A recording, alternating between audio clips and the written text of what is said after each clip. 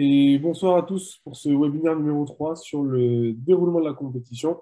Donc, comme à chaque webinaire, je vais introduire en parlant de l'interface de test, donc test.badnet.org, qui vous permet de vous créer un compte, de vous connecter à un compte de test de Badnet. C'est l'interface qui est violette sur votre écran, ceux qui sont connectés. Et cela vous permet, en même temps que je fais la formation, le webinaire ou lorsque vous souhaitez vous mettre à Badnet et tester Badnet, cela va vous permettre de tester toutes les fonctionnalités sans aucun frein. Donc, vous vous connectez et puis vous pouvez tester tout ce qu'on va voir aujourd'hui et tout ce que vous souhaitez tester pour votre compétition. À noter également qu'il y a une passerelle qui existe désormais entre le vrai Badnet, donc le Badnet vert, et le Badnet de test. Donc ça se passe dans le module export Puna de votre compétition qu'on verra tout à l'heure et qui permet d'envoyer une compétition depuis le badnet vert vers le badnet violet, c'est-à-dire vers le badnet de test pour pouvoir faire des tests d'échéancier, etc., sans abîmer votre vraie compétition, votre réelle compétition. Voilà. Donc, j'en dis pas plus sur cette interface de test. Certains commencent à la connaître. N'hésitez pas à l'utiliser. Elle est là pour ça. Et maintenant, on va passer donc au webinaire sur le déroulement de la compétition pour les tournois individuels. Donc, ce webinaire va se décomposer en quatre grandes parties. Donc, la première partie, on va aller dans le vif du sujet directement, ça va être le déroulement en ligne. Donc, je suis sur ma compétition, je veux lancer des matchs, je veux saisir un score, je veux faire les sorties de poule, etc. On va voir comment on peut faire ça depuis le déroulement in Badnet. Ensuite, on fera une petite virée vers vers l'application Scorebad qui permet de digitaliser un peu sa compétition, d'être plus éco-responsable et de gagner du temps. Donc, ça sera ce qu'on va voir avec Scorebad. Ensuite, on s'attardera sur le module de pointage avec deux façons de gérer le pointage sur sa compétition. Et enfin, on verra l'export Puna, donc l'envoi de sa compétition sur Puna, la sauvegarde, l'envoi sur l'interface de test, etc. Donc, on va commencer avec la première partie. N'hésitez pas à poser vos questions pendant que je présente la partie et à la fin ou pendant chaque partie, je ferai un petit point sur les différentes questions qui ont pu être posées pour essayer d'y répondre au fur et à mesure du webinaire pour ne pas avoir à attendre la fin du webinaire pour répondre à toutes les questions. Donc, n'hésitez pas. Je vois les questions en direct. Et donc, pour cette première partie, sur le déroulement, donc on va voir, donc là, je vous rappelle qu'on se situe le jour de la compétition, on est samedi matin à 8 heures. On a déjà fait les tableaux, on a déjà fait l'échéancier, on a déjà envoyé les convocations, on a déjà géré les inscriptions, tout ça on l'a vu dans les webinaires précédents. Et donc maintenant, on arrive le matin et on va attendre l'heure de début et lancer les matchs. Donc ce module déroulement, il se trouve dans la partie compétition déroulement. On arrive sur l'interface du déroulement qui est composée en deux grandes parties. La partie haute de l'écran qui commence à partir du bandeau bleu foncé, gris, et qui se termine au niveau des terrains, concerne toute la partie pilotage de la salle. La seconde partie correspond au match que l'on a dans la salle que l'on a choisi. Donc, dans la première partie, on va pouvoir, donc, dans le bandeau du haut, avoir accès rapide à toutes les aides que l'on pourrait avoir besoin dans le déroulement. Donc, ça peut être l'impression d'un tableau, comme je le montre ici à l'écran. Ça peut être toutes les impressions diverses et variées que j'ai sur ma compétition et sur la salle en question. À commencer par les feuilles de score, donc permettre d'imprimer les feuilles de score simplifiées ou une feuille de score vierge pour l'arbitrage. Toute ma compétition, échéancier, match en badlet, quelques statistiques, les palmarès et les trophées. Donc ça, c'est toute la partie impression. On va aussi pouvoir imprimer directement les sorties de poule en fonction des séries pour pouvoir rapidement l'imprimer et le donner à valider au juge arbitre. On va pouvoir afficher des écrans déportés, notamment le numéro de prochain match, qui va permettre d'informer la salle du prochain match qui va être lancé. Donc là, je suis dessus, le numéro de prochain match, c'est le numéro 1. Quand je vais lancer un match, ça sera le numéro 2. Il y a tout un tas d'autres écrans pour ceux qui ont beaucoup d'écrans à mettre à disposition dans la salle, notamment le point de rassemblement qui est toujours sympa pour informer les prochains matchs qui vont être lancés. Donc là, hop, c'était pas accessible puisque ma compétition était cachée. On le rend accessible. Et donc là, j'ai les prochains matchs qui vont être lancés. Il y en a 7. Et il s'affiche à l'écran pour le mettre à la buvette, à l'accueil, au pointage. Ça peut être sympa. Donc, n'hésitez pas à faire un tour sur tous les affichages qui existent. Et enfin, des options qui vont vous permettre de paramétrer le temps de repos, le temps d'échauffement, Est-ce que l'on est en arbitrage ou en auto-arbitrage? Donc, on va de choisir les arbitres si on est en arbitrage. Le nombre de terrains dans la salle. Donc là, j'en ai 7. Si jamais j'ai une salle déclarée à 12 terrains, mais je n'en sers que de 6, par exemple, c'est ici qu'on va pouvoir préciser qu'on veut finalement 6 terrains. Et la gestion des alertes sonores. Donc ça, c'est assez récent. Ça permet de faire une alerte sonore lorsque l'on arrive à la fin du temps d'échauffement. Donc, par défaut, l'alerte passe pour tous les terrains. Donc, ça fait une espèce de buzz à 2 minutes 30 de l'échauffement du match. C'est possible de mettre à zéro pour la désactiver, pour éviter d'avoir une pollution sonore, ou bien de l'activer pour certains terrains seulement. Par exemple, on a une salle de 15 terrains qui est composée de deux petites salles, mais dans un seul échéancier et une seule salle, donc 10 terrains et 5 terrains. Eh bien, le juge arbitre qui est préposé pour la salle des terrains 10, 11, 12, 13, 14, 15, eh bien, il va activer son alerte échauffement simplement pour les terrains qui le concernent. Voilà l'intérêt de pouvoir choisir les terrains sur lesquels on veut une alerte. Donc, voilà pour la partie haute de la première partie. Ensuite, on a la partie choix de la salle et choix du créneau dans la salle. Donc, le choix de la salle ici, c'est en fonction du nombre de salles que vous avez et du nombre de jours que vous avez dans votre compétition. Vous allez pouvoir switcher soit entre les salles si c'est un même jour, soit d'un jour à l'autre, pour passer du samedi au dimanche, par exemple. Ensuite, il y a le choix du créneau. Le choix du créneau dans notre journée. Donc, ça permet de. Là, je suis au créneau de 8 heures. Je peux aller directement au créneau de 9 heures si je le souhaite. Ce qui permet de voir, d'avancer dans le temps ou de revenir dans le temps, bien sûr, en fonction de ce que l'on veut faire. Afficher les matchs terminés, ici, ça permet d'afficher ou pas les matchs terminés dans le déroulement. Donc, on le verra juste après. Par défaut, on ne les voit pas. Si je clique, ils vont s'afficher à l'écran. Donc là, j'en ai aucun. C'est normal qu'ils ne s'affichent pas. Et dans la partie droite, j'ai le numéro de tournoi et le code scorebad qu'on verra tout à l'heure dans le module scorebad et la durée moyenne des matchs dans ma salle et le début, l'avance ou le retard de ma compétition en fonction d'où j'en suis dans les chantiers. Voilà pour le module un petit peu supérieur, enfin le module gestion de salle, où est-ce qu'on se situe, où est-ce qu'on va. Et enfin, on a les terrains qui s'affichent à l'écran avec le numéro de terrain, le chrono sur chaque terrain et puis une petite partie liée à scorebad qu'on verra tout à l'heure. Et enfin, donc là, on a chaque match. Donc, dans mon échéancier, le premier match, c'est le Simple Homme Série 1, les deux tours. On voit l'information ici à gauche en couleur. Et on peut voir où est-ce qu'on se situe. On a les joueurs concernés par le match. On a un petit bouton pour éditer le match à droite. Un bouton pour choisir un arbitre sur le match. Donc, il suffit de cliquer dessus pour pouvoir avoir la liste des arbitres sur ma compétition et choisir quel arbitre on veut positionner. Un petit bouton attention qui permet d'ajouter un incident sur le match, par exemple un carton, un avertissement, une faute ou une disqualification. On choisit le joueur, l'officiel et on met un commentaire, on enregistre. L'intérêt, c'est d'avoir une trace pour le rapport d'arbitrage, bien sûr, pour le rapport de juge arbitrage, pardon. Et enfin, on peut aussi imprimer la feuille de score. Donc ça va imprimer la feuille de score pour l'arbitrage papier, c'est-à-dire avec un crayon et un stylo. Il y a un arbitre au bord du terrain qui va arbitrer. Donc ça, c'est pour l'arbitrage avec un papier crayon. Si je veux imprimer des feuilles de score pour un arbitrage en auto-arbitrage, donc c'est les feuilles de score simplifiées ici, du numéro 1 au 11 par exemple, on imprime et ça va les afficher en PDF et on va pouvoir les imprimer. Ou on peut choisir quel numéro on souhaite imprimer. Voilà, 2, 3, 4. C'est nous qui choisissons. On imprime et ça se met à l'écran. Hop. Et donc là, on les imprime, on les découpe et on les donne aux joueurs qui vont pouvoir remplir le score à la fin du match et les donner à la table de marque. Pour ceux qui n'utilisent pas Scorebad, bien évidemment. Donc là, je suis dans mon échéancier. Il est 8 heures. C'est l'heure du début de la compétition. Je vais lancer un match. Donc là, déjà, à partir de là, on va se poser des questions. Il y a des couleurs qui s'affichent là dans le déroulement. Donc là, tout le monde est en rouge. Pourquoi? Ça veut dire que les joueurs sont absents.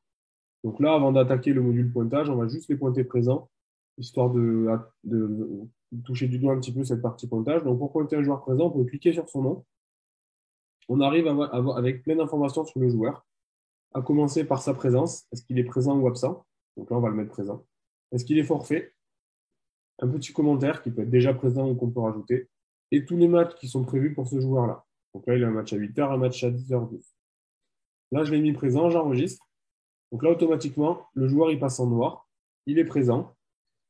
Donc, il n'y a pas besoin de l'appeler au micro. Il est présent dans la salle. On va faire pareil pour son partenaire. On enregistre. On va pouvoir lancer un match. Donc là, je lance un match sur le terrain 1, donc je choisis le terrain, je mets terrain 1, et là, automatiquement, ça lance le match sur le terrain 1.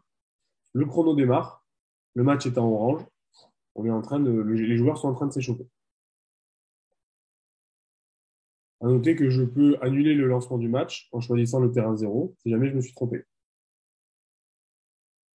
Et je peux relancer le match, bien sûr, en rechoisissant le terrain. Donc là, à 8 heures, on va lancer les matchs sur tous les terrains. Donc terrain 1, terrain 2, terrain 3, en faisant l'annonce orale, bien sûr. Terrain 5. Ah, là, du coup, j'ai un WO qui s'affiche en rouge. Je clique sur sa fiche. J'ai l'information que tous ces matchs sont WO. Donc là, je vais renseigner le match WO en éditant le match. Petit crayon. Et le joueur avec WO, ça remplit automatiquement le score. On enregistre les modifications. Le match est bien renseigné WO pour Largabin. Poitiers-Yann a gagné. Le match reste affiché à l'écran parce que j'ai affiché le match terminé. Je peux le cacher pour un petit peu épurer l'affichage en cliquant sur un match terminé. Et je peux lancer le match suivant. Alors oui, on peut lancer un match si un joueur n'est pas pointé. Ce n'était pas le cas avant. On a eu beaucoup de questions, des personnes qui s'interrogeaient, je ne peux pas lancer les matchs, pourquoi, etc. Donc on a préféré autoriser le lancement du match si un joueur n'est pas pointé. Dans le sens où quand même, normalement, là, on a un écran majoritairement rouge parce que personne ne s'est pointé. Généralement, c'est l'inverse, on a tout le monde qui est noir et on a juste un ou deux joueurs qui sont rouges. Dans ce cas-là, ça saute à l'œil tout de suite et ça n'arrive pas qu'on lance quand même un match alors que le joueur n'est pas là. Vu qu'il y a un joueur qui est rouge, généralement, ça saute aux yeux. Donc là, les matchs sont lancés. Il n'y a plus qu'à attendre que le match se termine pour pouvoir saisir le score du match. Donc pour saisir le score du match, il y a deux possibilités. Soit on lance d'abord le match suivant sur le terrain pour gagner un peu de temps. Donc là, c'est ce qu'on va faire. On va lancer un match sur le terrain 3 qui vient de se terminer, le temps que les joueurs arrivent à ramener la feuille. Donc là, je lance un match sur le terrain 3. Qu'est-ce qui vient de se passer? Le match qui était déjà présent sur le terrain 3 vient de se terminer. Il s'est ouvert en affichage, saisie du score. Et le nouveau match sur le terrain 3 est lancé. C'est celui qui est en bas ici, le match numéro 9. Et le chrono a redémarré à cet endroit-là. Là, on est à 14 secondes, c'est le nouveau match. Comme ça, le temps de repos est bien pris en compte. Heure de fin du match, 19h48, même si les joueurs mettent 15 minutes à ramener la feuille. Quand ils ont ramené la feuille, je saisis le score du match et je valide. Le match est terminé, il s'est caché, c'est normal. Là, je peux le réafficher, 21h12, 21h14, on est bon. Là, vous voyez à l'écran, en haut, il y a des terrains qui se mettent à clignoter. Ça veut dire qu'on arrive à la fin du temps d'échauffement. Si j'avais activé le micro, il y aurait eu un petit buzz qui aurait sonné. Je ne l'ai pas mis parce que là, on aurait été déjà à 4 buzz et c'était honnêtement un peu embêtant qu'on fait les tests. Ce buzz, ça surprend. Donc là, pendant une minute, le terrain va clignoter. Ça vous permet d'avoir une petite alerte visuelle et du coup sonore de annoncer au joueur qu'il doit commencer son match, au joueur et démarrer le match. Et donc, une fois que le match dépasse le temps d'échauffement, il passe en vert dans le déroulement et en rouge en haut. Ça vous informe que le match, ben, on va dire il est lancé, il est joué. Donc là, c'est à vous de surveiller le match, le terrain, pour savoir où on en est. Et si on est à la fin du match, ben, lancer le match suivant. Donc, je parlais de deux possibilités pour saisir le score du match. La première, c'était de lancer un match sur le terrain et de saisir le score sur le terrain qui s'est terminé. La possibilité suivante, c'est de directement éditer le match. Donc là, c'est ce qu'on va faire pour le terrain 1. Donc là, ça peut être la situation, par exemple, demi-finale, on n'a pas de match à lancer ensuite. Donc, soit on peut cliquer sur éditer le match. Le match s'arrête. Pareil, l'heure de fin du match est saisie. Et donc là, on peut saisir le score du match. 21-12, 21-14, le temps qui ramène la feuille. Le terrain 1 est passé en disponible. Je valide. Et là, ça continue. On enchaîne les matchs comme ça. Peut-on arrêter le chrono? Non, il n'y a pas de notion d'arrêt de chrono sur le match qui est lancé.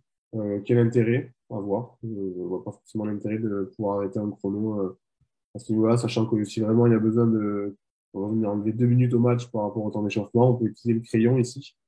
Hop, par exemple, match terminé ici, je peux l'éditer pour modifier l'heure de fin si jamais vraiment les joueurs veulent se reposer 2 minutes en avance, c'est possible. Donc maintenant que j'ai saisi quelques matchs, on voit qu'il y a de nouvelles couleurs ici qui se sont affichées. Donc la couleur jaune, fond jaune, ça permet d'informer que ben, Simon est en temps de repos jusqu'à 20h08. C'est ce qui est l'information qui est entrecrochée ici.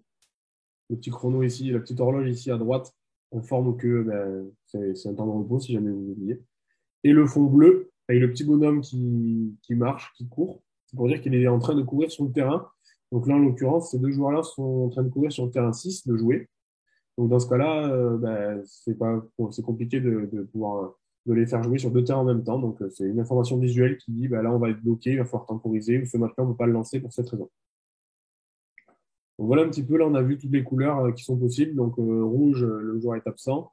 Fond jaune, en repos. Fond bleu, il est en train de jouer. Et on a vu le fond rouge tout à l'heure pour le joueur WO.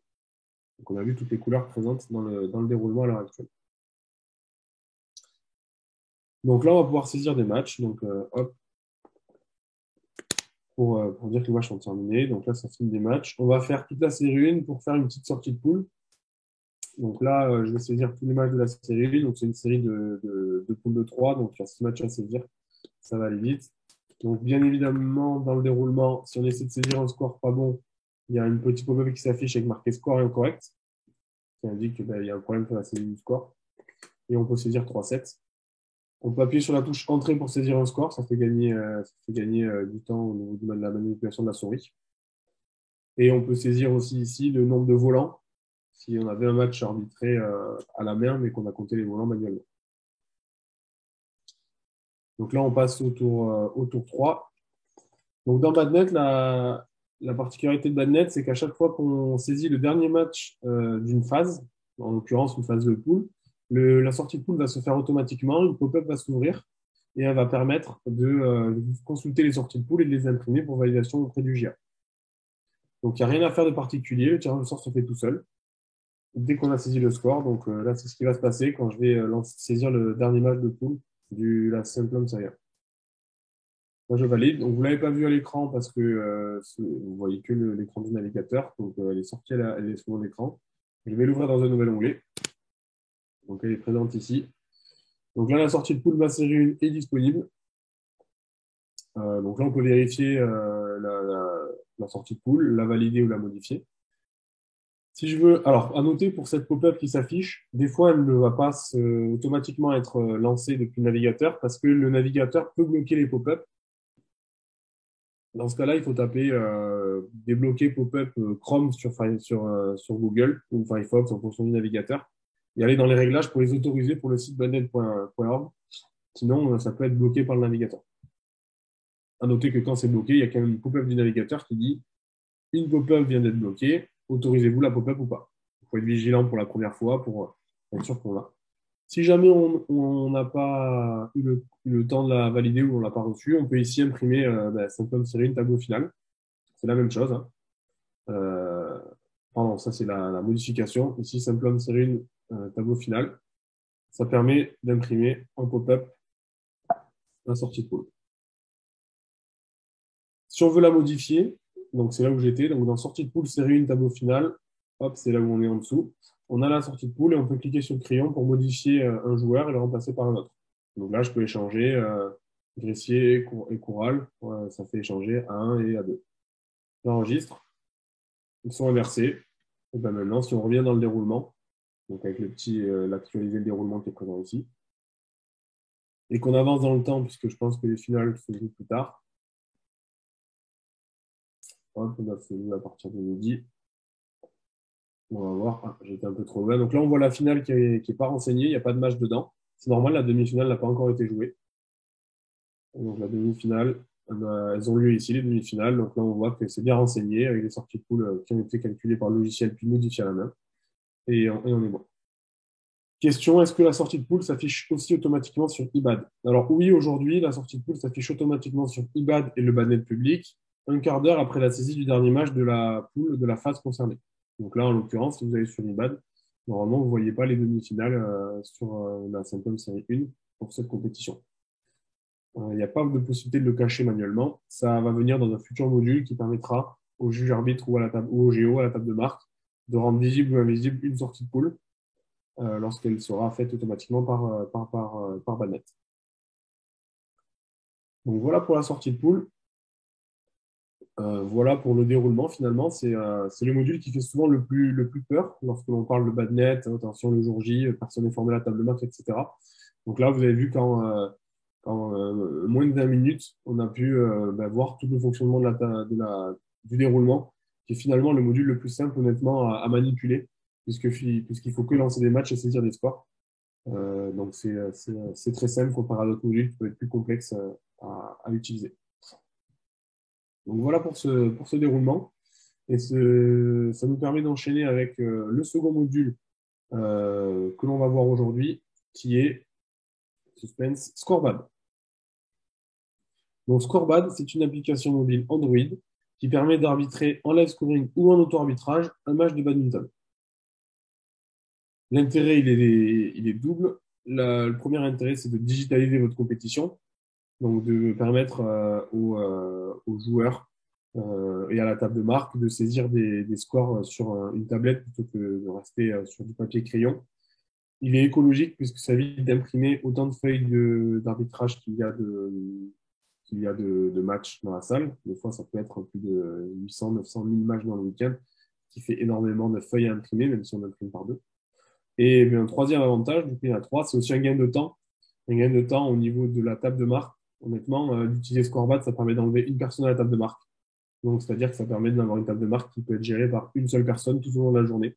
Donc, en termes de bénévoles, ça permet de mieux optimiser ses ressources et de mieux gérer une table de marque de façon plus efficace. Pourquoi? Parce que ça évite d'imprimer les feuilles d'arbitrage, d'auto-arbitrage. Ça permet d'éviter de les découper, donc de couper la feuille en deux, de les donner aux joueurs et de ensuite saisir le score dans le déroulement. Là où ça peut vite être, la table de marque peut vite être submergée quand il y a trois matchs qui se terminent en même temps, il faut en lancer trois, il faut saisir les scores de trois matchs, etc. C'est compliqué. Là, avec Scorebad, en auto-arbitrage, les joueurs viennent saisir de façon complètement autonome les scores au niveau de la tablette qui est à disposition de la table de marque. Il n'y a pas de feuille à imprimer, pas de score à saisir, etc.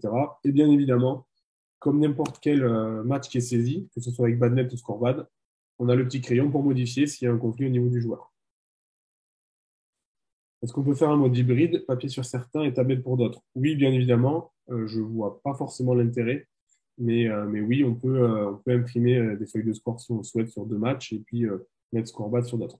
Il faut voir vraiment Scorebad comme un outil qui se greffe à Badnet et qui ne remplace pas Badnet. C'est-à-dire que toutes les fonctionnalités qu'on a vues ici, que Scorebad soit activé ou pas, restent les mêmes. C'est-à-dire que là, pour le coup, Scorebad est activé, mais vous ne l'avez même pas vu, j'ai pu lancer des matchs, saisir des scores sans aucun problème. Et par contre, on va le voir juste ensuite dans la démonstration, je peux, sur un match, faire de l'arbitrage, ou sur un match, faire de l'auto-arbitrage, ça ne pose aucun problème, c'est fait pour.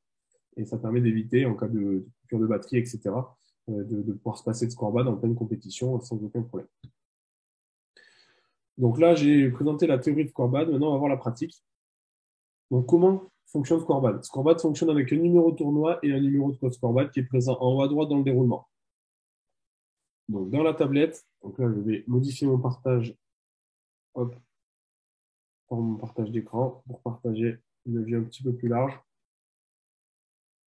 Hop, donc là normalement, n'hésitez pas à me dire si ça ne fonctionne pas. Vous voyez à la fois mon écran avec la compétition, mais aussi, hop, mais aussi Scorebad. Donc pour arbitrer, on va faire d'abord du live scoring. Donc pour faire du live scoring, ben, on entre dans le mode live scoring. On a un code tournoi et un numéro de tournoi à renseigner. Donc là, c'est ceux qui sont renseignés ici, 1967 et 53020. J'entre dans le mode compétition. Donc là, je suis en train de rentrer dans ma compétition. Je choisis ma salle. Donc là, j'en ai deux. Donc là, actuellement, on est sur le gymnase municipal, donc on va rester ici. Et je choisis pour le mode arbitrage sur quel terrain le match de la tablette va-t-il être arbitré. Donc là, on va dire que ça va être sur le terrain 1. Je choisis le terrain et la salle. Et là, automatiquement, l'application Scorebad passe en attente d'un match sur ce terrain pour faire de l'arbitrage. Et donc là, dès que je vais lancer un match sur le terrain 1, automatiquement, la tablette va recevoir le match en mode arbitrage et va permettre de faire le scoring. Donc là, je lance le match sur le terrain 1. La tablette vient de recevoir le match. Bon, là, on est sur un téléphone, donc l'affichage peut être différent sur tablette, mais la philosophie est la même. Donc là, qu'est-ce qui s'est passé? Le match est reçu sur Scorebad, on peut le démarrer. Ici, dans l'écran, j'ai un petit écran là qui permet, une petite icône écran qui permet d'afficher la partie live scoring de mon match. Et quand je démarre mon match, ici, automatiquement, à chaque fois que je saisis un score dans l'application Scorebad, le score est mis à jour sur mon écran des portées, donc que je peux afficher au bord des terrains, que les gens peuvent voir sur la net et tout. Hop, il y a quelqu'un qui le fait en même temps, donc c'est pour ça que le score bouge. Et au fur et à mesure que je saisis un score, il est présent aussi dans le déroulement, ce qui permet à la table de marque de suivre le score en direct. Donc l'écran des portées, le déroulement, et on peut suivre la compétition en direct. Pas de souci pour le test en parallèle. Donc je ne vais pas m'attarder sur Scorebad, l'application d'arbitrage. On verra ça dans un potentiel prochain webinaire si on veut voir une formation Scorebad. Voilà le principe. À la fin du match, on va aller au bout. Hop. Donc là, je suis sur de l'arbitrage, hein. À la fin du match, eh bien, le match c'est exactement comme si vous l'aviez saisi manuellement dans la table de marque, sauf qu'il est saisi automatiquement. Donc là, je vais cliquer sur valider pour dire que le match est terminé sur le score de 21-1, 21-6. Je valide. Et là, vous avez vu dans le déroulement, le match a disparu. Le terrain est libre. Si j'affiche les matchs terminés, le terrain est bien disponible. On est bon. Il n'y a plus qu'à lancer le match suivant.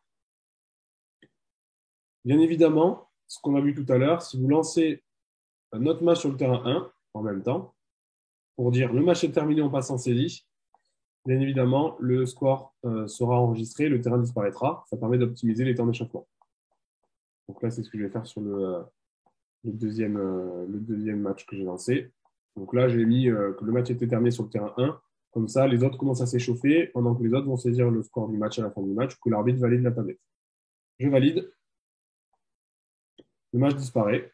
Donc là, on est bien sur l'autre match a bien commencé depuis 28 secondes. Ça n'attend pas. Donc voilà pour l'arbitrage. Ça, c'est le cas où j'ai un arbitre qui est présent dans la salle, qui veut arbitrer un ou plusieurs matchs.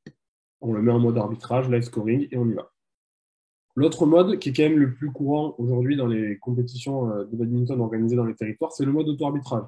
C'est lui qui va vous permettre de gagner du temps à la table de marque et qui va être apprécié au niveau des joueurs pour la saisie de score en auto-arbitrage. Donc là, j'entre dans le mode auto-arbitrage.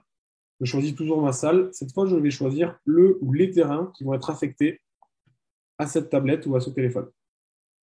Donc là, ça permet de choisir, par exemple, j'ai une salle de 15 terrains comme tout à l'heure, sauf que j'ai une petite salle avec 5 terrains et j'ai la grande salle avec 10. Donc dans ce cas, je peux mettre une tablette sur 10 terrains, une autre tablette sur les 5 autres. On peut aussi imaginer qu'on a 12 terrains dans la même salle et qu'on va mettre les tablettes dans la salle. On va en mettre 3 par exemple, entre à chaque fois 4 terrains. Donc là, chaque tablette sera configurée pour 4 terrains.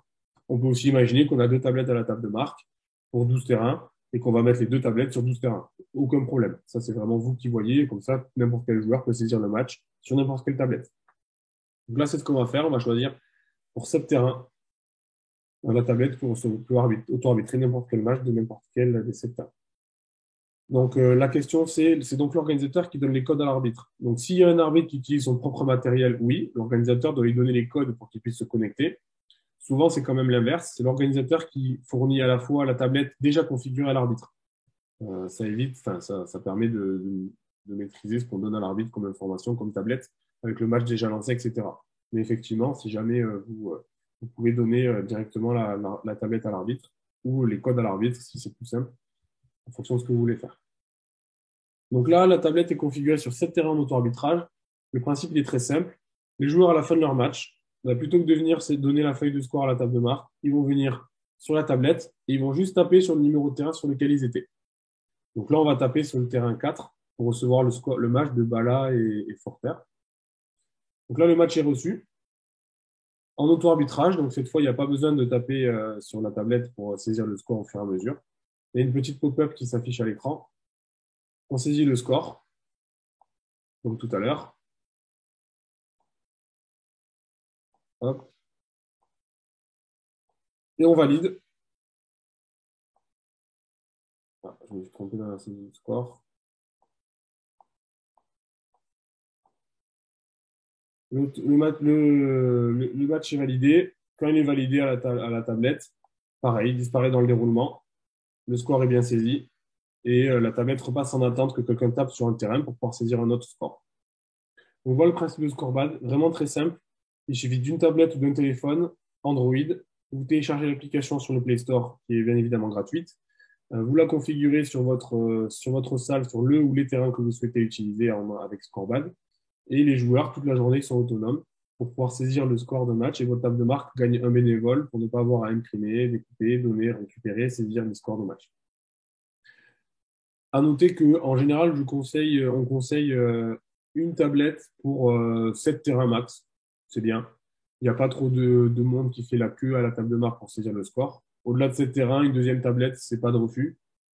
Après, j'ai déjà vu des terrains avec 10-12 terrains pour une seule tablette. Hein. C'est juste une question de place dans le gymnase pour positionner le ou les tablettes et de matériel. Si vous avez plein de tablettes, c'est toujours mieux d'en avoir aussi plus pour qu'ils soient plus à l'aise pour saisir le score, éviter le déplacement sur le plateau, etc.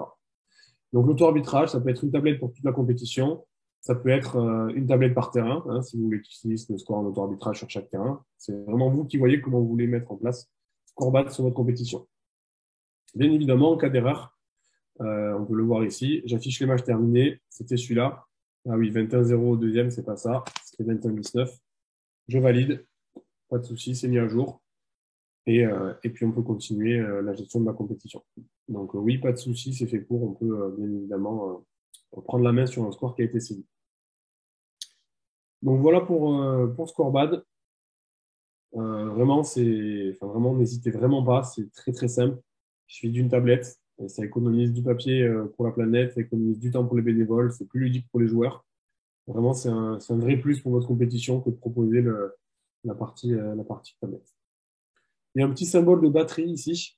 Donc là, il est vert parce que ma tablette est à 100%. Ça indique le dernier message qu'a reçu le terrain en question. Donc, par exemple, si je saisis, il y a deux tablettes dans la salle, une à droite, une à gauche.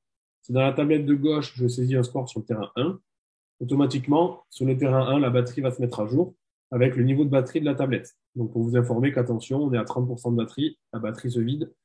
Il faut pas trop continuer d'utiliser ou il faut la recharger.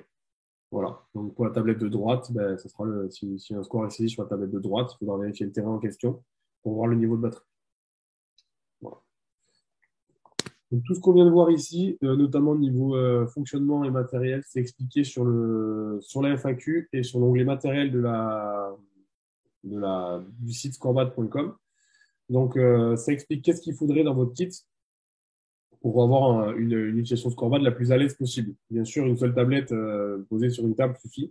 Dans l'idéal, hein, c'est mieux d'avoir une tablette avec un support de tablette qui arrive à hauteur d'homme et une batterie externe pour que la batterie de la tablette dure toute la journée. Ça, c'est le kit idéal qu'on loue d'ailleurs. Si jamais il y en a qui n'ont pas de kit et qui souhaitent en utiliser pour leur compétition, on peut en louer pour 60 € TTC, un kit pour toute la durée de la compétition. Donc, hors frais de port, bien sûr. On l'envoie dans la semaine de la compétition et on le récupère la semaine d'après. Donc voilà, n'hésitez pas si besoin et surtout allez sur le site au moins pour avoir les références de ce que vous devez acheter ou louer ou récupérer auprès de vos bénévoles qui ont peut-être des tablettes ou des supports ou des batteries externes à prêter. Donc voilà pour la partie un petit peu matérielle. À quoi correspondent les écrans à droite de niveau de batterie? Donc ça, c'est pour afficher l'écran de live scoring. Donc là, on est sur un match qui a lieu sur le terrain 1 pour pouvoir afficher le score au bord des terrains. Donc c'est ça l'intérêt des écrans, pour avoir un lien rapide vers le live scoring pour ceux qui veulent mettre des écrans au bord des terrains. À qui devons-nous faire la demande de matériel? Donc à ce jour, on n'a pas eu de retour. Alors là, c'est étonnant parce que j'ai répondu à toutes les demandes de matériel qu'on a eues dernièrement. Donc vous devez peut-être vérifier dans vos spams pour que le mail soit parti dans les spams. Sinon, vous pouvez ouvrir un ticket sur le lien présent en bas de la page de Badnet. Donc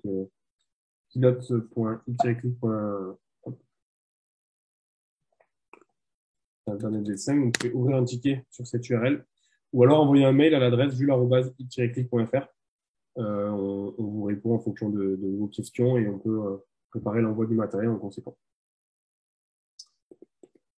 Donc voilà pour la partie scoreboard. Ah, quelqu'un vient de lancer un match. Donc il y a une petite animation, ça permet de la voir comme ça. C'est une petite animation au début de match au bord des terrains qui permet de présenter un petit peu la série, le stade du match. Donc finale, demi-finale, poule C. Et ensuite les joueurs du match. Donc ça c'est pour l'écran au bord des terrains. Pour que le public un petit peu sache qu'est-ce qui arrive, qu'est-ce qu'on vient de lancer sur ce terrain s'ils n'ont pas annoncé l'annonce du micro. Voilà. Voilà un petit peu pour l'annonce de début. C'est bien qu'on ait vu à ce jour. Hop, ça dure quelques secondes. Très bon match. Donc maintenant, hop, on a les joueurs. Donc je vais maintenant repartager simplement le navigateur pour passer à l'étape suivante du webinaire, à savoir le pointage. Donc là, on est un petit peu accéléré pour la partie déroulement. On est vite allé au déroulement, scoreboard, c'est un petit peu le point central de ce webinaire. C'est pour ça que j'ai voulu le montrer en premier. Maintenant, on va s'attarder un peu plus sur le pointage que l'on peut faire, que l'on conseille de faire de deux façons. La première façon, c'est la façon, on va dire plutôt que l'on ne conseille plus, c'est à la main. Donc à la main, c'est dans le module pointage ici. On va pouvoir choisir la salle dans laquelle on veut travailler et on va pouvoir pointer les joueurs en cliquant sur le plus à droite. Donc soit en saisissant leur nom, soit en scrollant dans la page, hop, pour trouver le joueur que l'on veut pointer présent. Pour le pointer présent, on clique à droite ici et automatiquement, il disparaît de la liste et il est pointé présent. On peut trier avec tous les joueurs, que les absents, que les présents, et aussi par club, pour un petit peu aller plus vite dans la recherche des joueurs à pointer. On a ici une information sur le montant de l'inscription et le montant qu'il doit payer. Et on peut aussi contrôler le solde, ce qui permet qu'on va pointer un joueur, de le pointer, mais aussi d'encaisser si jamais il veut payer. Par exemple, sur Gwen qui n'a pas payé, Gabin qui n'a pas payé, je clique sur le plus, ça va le pointer présent et aussi ça va m'ouvrir la petite fenêtre de paiement. Et je lui demande à l'oral, est-ce que tu veux payer tes 19 euros ou est-ce que tu dois payer tes 19 euros? S'il paye, on enregistre. S'il ne paye pas, on clique sur continuer sans paiement. Ça va enregistrer son paiement sur sa fiche. Ça fait gagner du temps au niveau du pointage.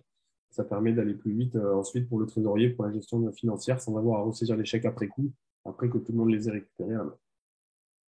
Donc voilà pour le pointage, très simple. On choisit la salle, on contrôle le solde ou pas, et quand un joueur se pointe, on clique sur le plus. Bien évidemment, quand on pointe un joueur présent, automatiquement dans le déroulement, il passe présent en noir. Donc là, c'est en l'occurrence alors qu'on lui. On peut pointer présent à la table de marque directement, ça on l'a vu au début du webinaire, en cliquant sur le joueur présent enregistré. Ça permet de mettre rendre présent, mais bien évidemment, ça permet de rendre absent aussi. Il est absent, il revient à 15 heures, il m'a prévenu, mais je note que je dois vérifier qu'il est bien dans la salle.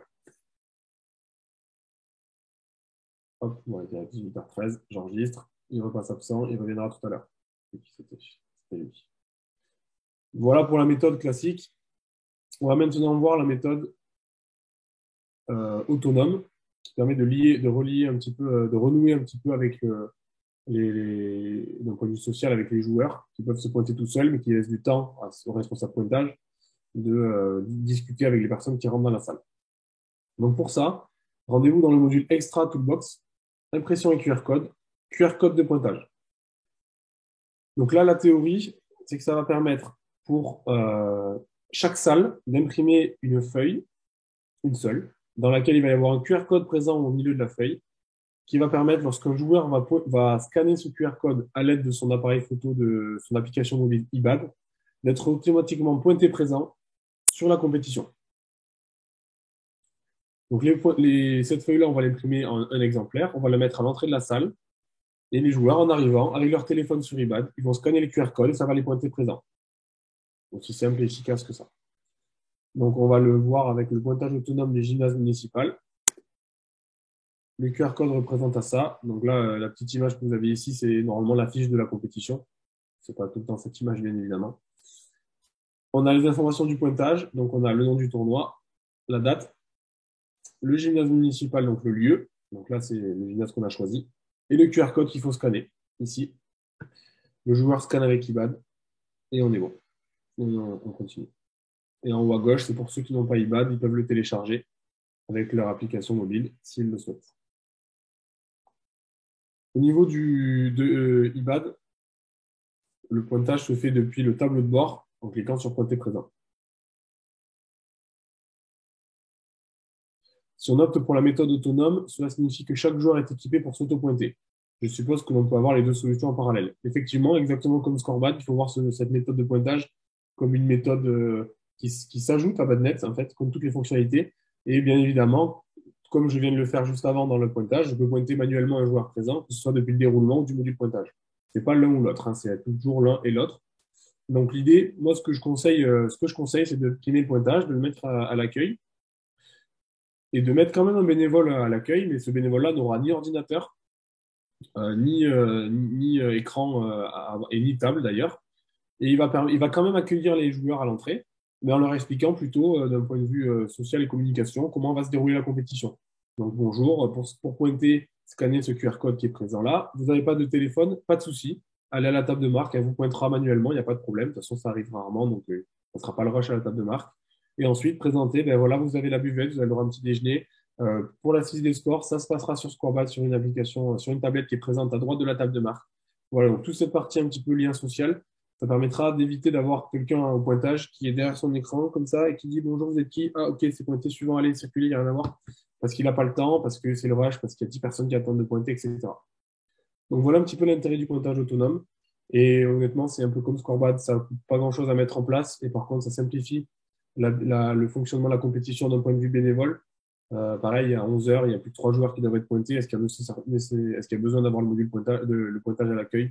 La réponse est non. La personne peut aller ailleurs et accueillir les joueurs juste une demi-heure au début de la compétition. Donc voilà un petit peu ce module pointage. Pourquoi il est intéressant à mettre en place et honnêtement, n'hésitez pas à l'utiliser, à le mettre en place. Si vous faites des tests sur ce pointage autonome, notez que vous auriez vu qu'il y a une seule feuille à imprimer pour les 2 jours. Ce qui veut dire que si vous pointez vendredi, pour tester par exemple, ça ne fonctionnera pas. C'est normal parce que vendredi, Badnet va détecter que vous n'êtes pas censé jouer dans cette salle, donc vous ne serez pas pointé présent. Donc si vous voulez le tester, ça se teste seulement le jour de la compétition, le matin à 7 heures par exemple, vous pouvez vous pointer pour tester. Honnêtement, il y a déjà plein de compétitions qui s'en servent, donc n'hésitez pas, il n'y a pas de barrière quelconque à l'utiliser. Si un joueur pointe mais que son solde n'est pas à zéro, c'est-à-dire qu'il ne l'a pas payé, ou en tout cas le paiement n'est pas encore enregistré dans Badnet, ça va lui afficher un message et il y a marqué qu'il doit pointer à la table de marque puisque son solde n'est pas à zéro. Donc voilà un petit peu pour ce contrôle du solde aussi qui est intégré à ce pointage autonome. Donc voilà pour le pointage autonome. Et finalement, c'est assez simple à présenter, à utiliser. Maintenant, on va attaquer la dernière partie de ce webinaire, à savoir l'export Puna. L'export Puna qui va permettre d'envoyer les résultats de la compétition sur Puna. Mais aussi, dans ce module-là, on va voir qu'il y a quelques possibilités en plus, notamment la sauvegarde, le transfert, etc. de la compétition. Donc, l'export Puna, ça se passe dans le module compétition, export Puna. Et là, on arrive sur 2 onglets, sauvegarde, restauration, test et la partie export. La partie sauvegarde, restauration, test, c'est ce que j'ai parlé au début de la présentation. Ça va permettre dans un premier temps de dupliquer le tournoi. Donc ça, c'est intéressant pour dupliquer le tournoi d'une année sur l'autre. Par exemple, je veux dupliquer tous mes réglages, je veux dupliquer tous mes tableaux, bon, pas les inscriptions bien évidemment, mais je veux dupliquer les salles, enfin voilà, je veux dupliquer un petit peu pour partir sur une base commune. On duplique le tournoi. Ça va nous demander la date du nouveau tournoi, la date d'ouverture et de fermeture des inscriptions, le nom du nouveau tournoi. Et du coup, il va être dupliqué sur le vrai Badnet et on va pouvoir s'en servir pour cette nouvelle saison en partant d'une base déjà existante de la saison précédente.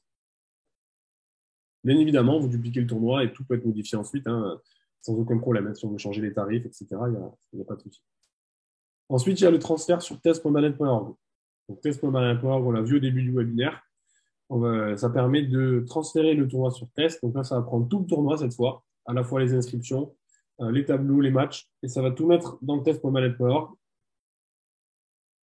Et vous aurez Donc là, c'est ce que je viens de faire. Vous aurez la possibilité en vous connectant sur le test, sur l'interface de test, de l'utiliser, de le tester, de le modifier pour, euh, pour, euh, pour vérifier que tout fonctionne et pour vous rassurer au niveau du déroulement, etc. Et enfin, on a une partie sauvegarde ici qui permet de sauvegarder une compétition. Là, je viens de le faire et si je clique, ça s'est mis à jour en bas. Ça permet de télécharger ou de supprimer une sauvegarde. Ça ne permet pas de restaurer. Ça, c'est nous qui pouvons le faire si besoin. À noter que ça ne sert à rien de sauvegarder une compétition dès qu'on enregistre un joueur. Hein. Nous, on fait des sauvegardes régulières de toute la base de données. Donc, il n'y a aucun risque à avoir à ce niveau-là. C'est juste, si vous voulez vraiment faire plein de modifs d'un coup, faites une petite sauvegarde qu'on pourra restaurer si vraiment il y a besoin. Voilà, à ce niveau de la restauration, après, ça n'arrive pas souvent. Hein. Généralement, quand même, il suffit de sauvegarder une ou deux fois au cas où, à la fin de l'inscription, à la fin de la mise en place de l'échéancier. Et bien souvent, il n'y a pas besoin de revenir sur la sauvegarde. Et enfin, il y a l'export Puna. Donc, l'export Puna, avant, se passait par fichier XML. Dans la nouvelle version, on a désactivé cette fonctionnalité pour permettre simplement un transfert sur Puna de la compétition sans avoir à manipuler un fichier.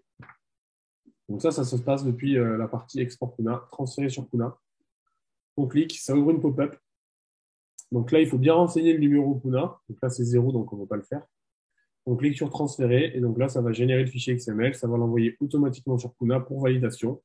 Normalement, vous recevez un mail de la part de Puna. Et du coup, il faut attendre quelques jours, quelques heures que la compétition soit validée, que les résultats soient enregistrés. Donc voilà pour le transfert automatique sur Puna de la compétition sur la nouvelle version. Donc, c'est pas plus de fichiers. Donc voilà un petit peu tous les modules que je souhaitais voir avec vous aujourd'hui. Si vous avez donc des questions, n'hésitez pas à aller sur le blog TIC, donc dans documentation Badnet. Alors je finis juste sur le blog et je réponds à la question. N'hésitez pas à les poser, à poser toutes vos questions, là, comme ça je reviendrai à la fin de la présentation du blog. Donc le blog, c'est sur blog.it-click.fr. Dans la partie assistance, on va retrouver l'ensemble des solutions de la société eClick sur laquelle on présente un petit peu la documentation des produits. Donc il y a Badnet, Tibats, Combat qui sont présents ici. Et donc si on clique dessus, en se déconnectant, on a accès à l'ensemble des foires aux questions, des articles et bientôt des vidéos qu'on les aura faites. Donc, qui vont permettre de répondre aux questions ou de regarder un petit tutoriel de gestion du module pointage autonome, etc. Donc vraiment, n'hésitez pas, bien souvent, il y a quand même 150, près de 150 questions. Quand vous avez une question, bien souvent, elle est dans la foire aux questions, donc n'hésitez pas à regarder. Bien souvent aussi, aller dans la foire aux questions et regarder, par exemple, tout ce qui concerne les remboursements, ça peut donner des idées, pour remboursement ou autre, hein, pour voir, ah tiens, on peut rembourser partiellement un paiement, ah tiens, pourquoi il faut acheter des tickets, ah tiens, pour inscrire un joueur, je peux faire comme ça, en fait, je ne savais pas. Donc, feuilleter un petit peu la FAQ, ça peut donner des idées aussi dans la gestion et l'utilisation de Badnet. Et bien sûr, en cas de besoin, si la réponse n'est pas présente, vous pouvez ouvrir un ticket sur l'interface de pilote.click.fr/badnet-v5, ce qui permet à notre équipe de recevoir un ticket, de le gérer. Donc, pourquoi on préfère les tickets que les mails? Un mail, on reçoit aussi vite qu'un ticket, puisque nous, un ticket, on reçoit un mail, mais il n'y a qu'une seule personne qui peut le gérer, puisque moi, ma boîte mail, elle est pas liée à toutes les personnes de notre équipe. Par contre, un ticket, chaque personne de l'équipe peut venir, peut le gérer, peut le prendre et peut y répondre. Donc, si vous voulez avoir un maximum de réactivité, ça ne sert à rien d'appeler, ça sert encore un petit peu moins d'envoyer un mail. Mais par contre, un ticket, ça sera le plus rapide puisque n'importe quelle personne de l'équipe pourra le voir, y répondre le plus rapidement possible pour vous débloquer ou pour vous répondre. Donc voilà pourquoi on privilégie le ticket et on sait que des fois, ça peut prendre. Vous avez l'impression que ça prend du temps de faire un ticket par rapport à un appel ou un mail, mais en fait, ça nous fait gagner du temps, nous, dans la gestion et puis vous aussi dans votre délai de réponse.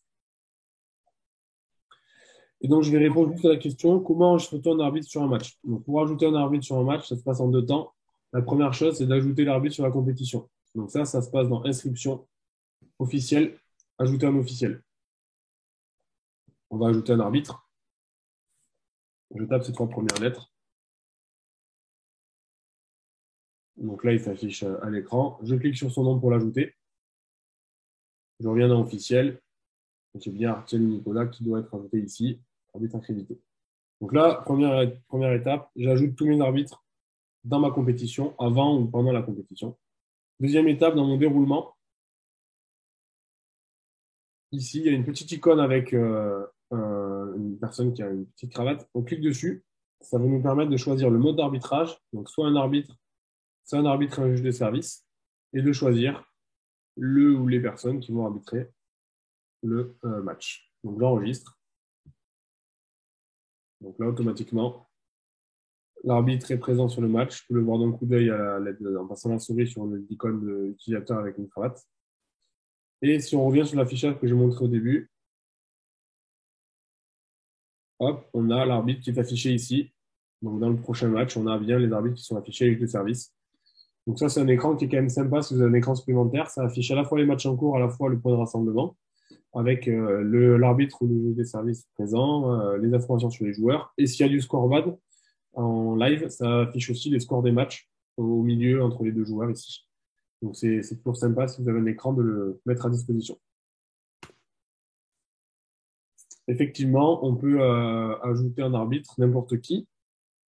Donc j'ajoute un officiel et je choisis ici un licencié, potentiel futur arbitre. Et là, je peux noter son numéro de licence ou alors simplement, je peux chercher son nom de prénom. Donc là, on aura tout le monde, y compris des personnes sans grade. Je l'ajoute et derrière, on peut évidemment l'avoir sur un match. Donc là, on n'a aucun grade ici et je peux dans le déroulement l'ajouter en tant qu'arbitre sur un match. Hop, et je mets juste un arbitre.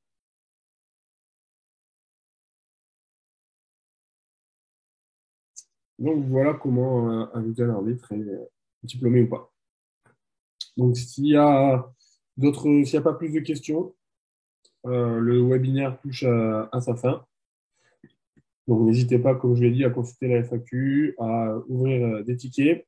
Et quant à nous, on se retrouve le 7 juin à 19h30, cette fois pour attaquer un petit peu un peu plus la partie Batnet côté utilisateur régulier, joueur, coach, etc., club, puisque l'on verra l'inscription à des compétitions individuelles avec tout d'abord la connexion et la création de compte. Ensuite, s'inscrire en tant que joueur ou une instance. Une fois qu'on est inscrit, consulter ses informations personnelles. Et bien évidemment, questions-réponses en fonction de ce que l'on aura vu et des questions qui seront posées.